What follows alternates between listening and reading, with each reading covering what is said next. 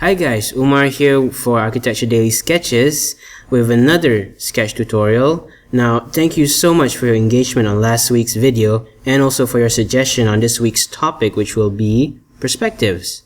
So now I am going to talk a little bit about the three kinds of perspectives that we would do usually for architectural sketching, the general rule of thumbs, and then I'll just kind of show how it could be done really quickly. We only want simple sketches for recording ideas and stuff. So I'll go right ahead into the first one, which is 1-point perspective. Now, 1-point perspective is the one where all the lines would converge onto just one point. This would be the horizon line, or your line of eyesight as well. Again, if you remember in last week's human figure tutorial, I talked about how this is our line of sight and how the human figures would just sort of bob along that line. Now, if you like to know more how to do human figures, you can just watch our video from last week. So anyways, for this one, usually you would use a 1-point perspective to show interiors. In this case, I think maybe for an example, I'll use a pathway, a garden pathway, and I'll just sketch out really quickly how that would look and populate it with trees again, and also some human figures to give it some life.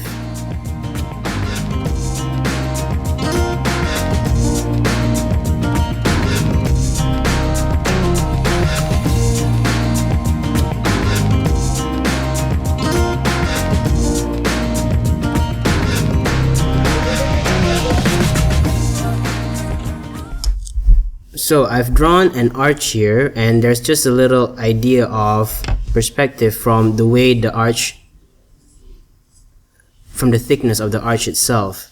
Now, like I said before, we often use 1-point perspective for interiors because it's kind of difficult to show form with a 1-point perspective, because if the building is like a square building, you'll just be able to see the square. You can't see the sides of the building receding.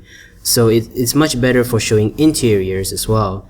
Now, also remember foreshortening. When you say, like, if you're just sketching out really quickly and you don't have the time to draw out properly with the rulers and guidelines, all the perspective, you can still sort of suss out the foreshortening of elements. Like, for example, I think I will draw a row of trees here on the side. So it would make sense if, we start out with a tree like that, but then they just progressively get smaller and smaller and smaller. It's all incremental.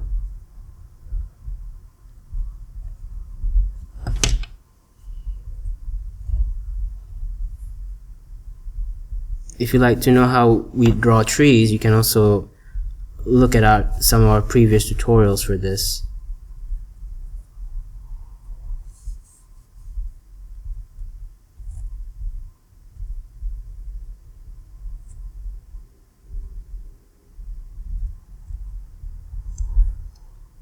And again, human figures, no matter how far they are, their head is always along the horizon line. So this guy is like really far away, but it's still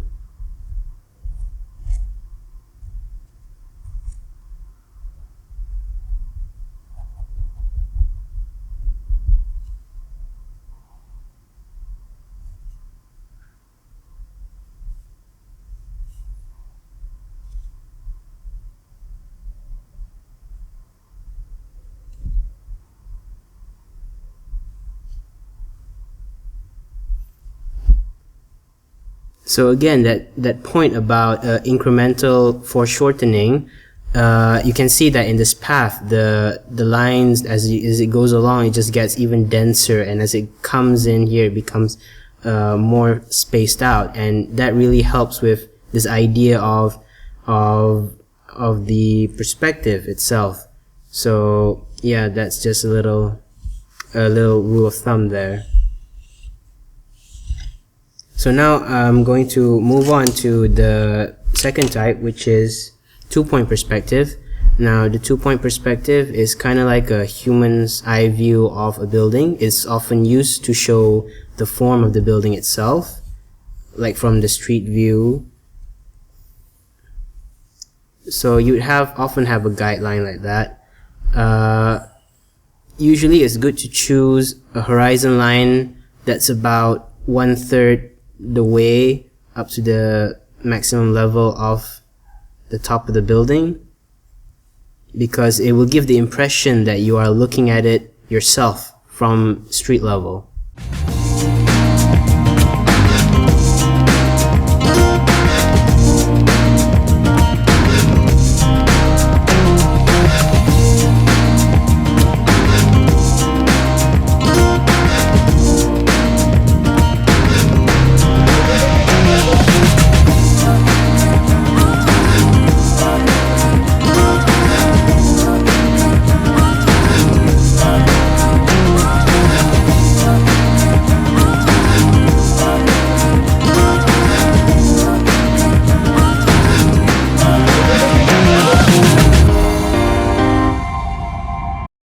So okay guys, I've just drawn a two-point perspective here, and let me just explain a few things about it.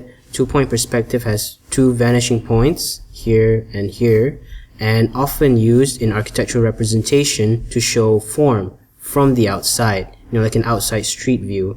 And usually for the horizon line, you would choose it perhaps maybe about 2/3 of the way up of the whole building to sort of give it more of an impression of a person seeing it from the street view. And a few other guidelines that's important to note about two-point perspective is, of course, again, the diminishing dimensions and foreshortening. Like for example, the way I draw this row of trees is that they become smaller and denser, and they become closer to each other as they go along and head to the vanishing point right here. And it's the same with the windows as well. You can see that perhaps here it's a little bit thicker, but as it goes along it gets a little bit thinner and more denser as well. Those are good rule of thumbs. And again, here I've populated it with a few human figures, again also diminishing in their dimension, becoming smaller. And one other tip that I like to include is actually drawing out windows in Sketch. I usually just like to use this 0.6 medium art line pen to just immediately black out the windows. It's very sketchy, but it's very fast. You can already get a sense of depth from the darkness of the window itself. And if you notice again, the way that I drew the pavement again relates to the vanishing point. Like here, for instance, if you draw a straight line from here, it's going to go straight to the vanishing point again here. So you can see how each line is slightly angled and becomes a little bit flatter, more closer to the horizon line as it goes along, and also it becomes more denser. All of these things that you would keep in mind and discipline yourself towards will create a very believable looking perspective, even for a simple sketch, even for a really simple ideation sketch.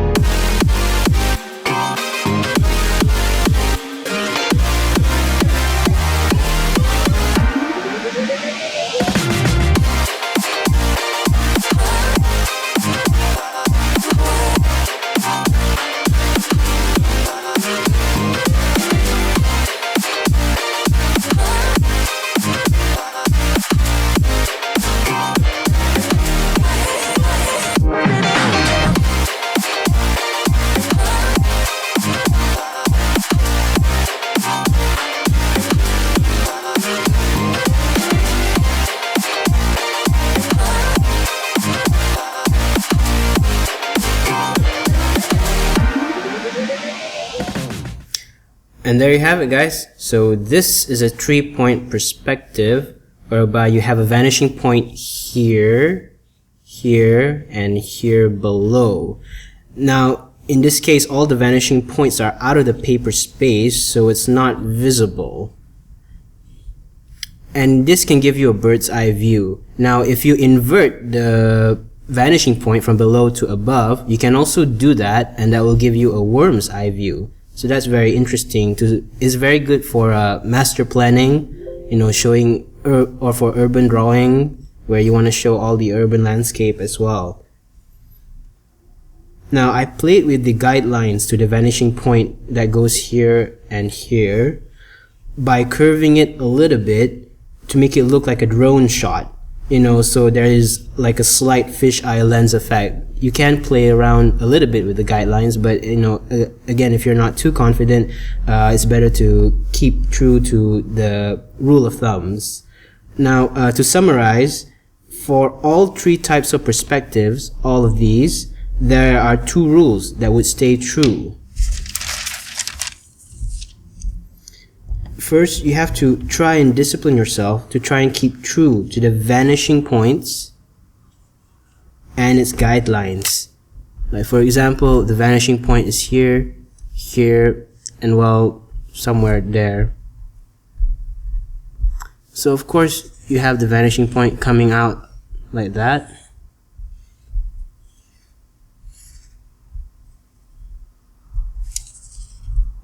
And the vanishing point here that goes down, it would continue all the way to a single point, of course, down there.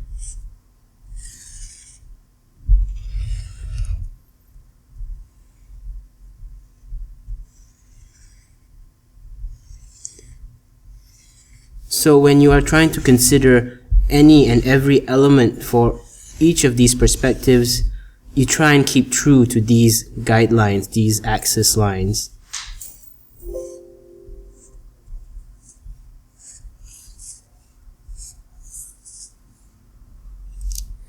And also, the second rule of thumb is to always take note of foreshortening, which is basically diminishing proportions and also a denser cluster of elements. So as you get closer and closer and closer to the vanishing point, everything just becomes denser. Like the windows would become smaller and cluster together, up until if you get even close enough to the vanishing point, maybe they just become like a thick, solid thing. That's okay. That will actually convince the whole look of the perspective, actually. So there you have it, guys.